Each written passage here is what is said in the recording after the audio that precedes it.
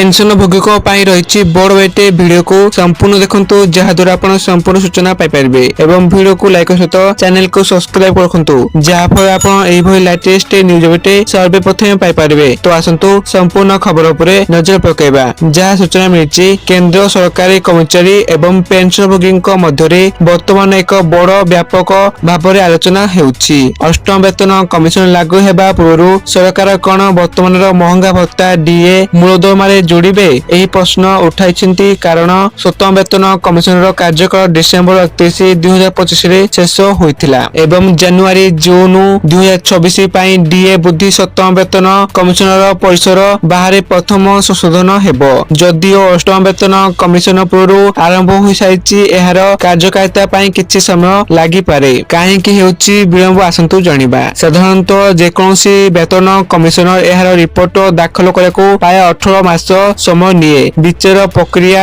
Cabinet अनुमोदन एवं कार्यान्वयन पाई अति कम रे आउ 6 मास समय लागे। फलस्वरूप विशेष कराउछि जे 2027 शेष पूर्व अष्टम वेतन कमिशन सुपारिश कार्यकारी हेबार संभावना कम।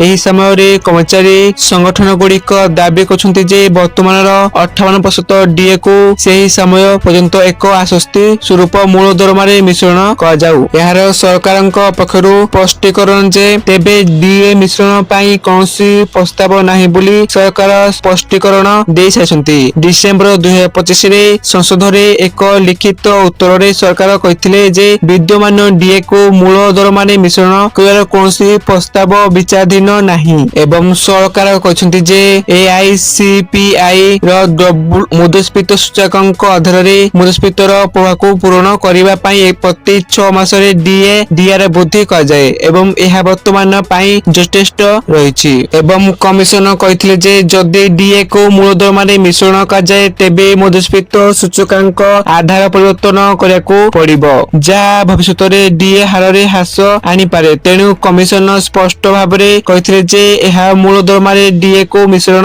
करको सुपारिश करिबो नाही। तो यह थिला सूचना। आपण माने वीडियो को संपूर्ण देखथिरो आपण माने को धन्यवाद।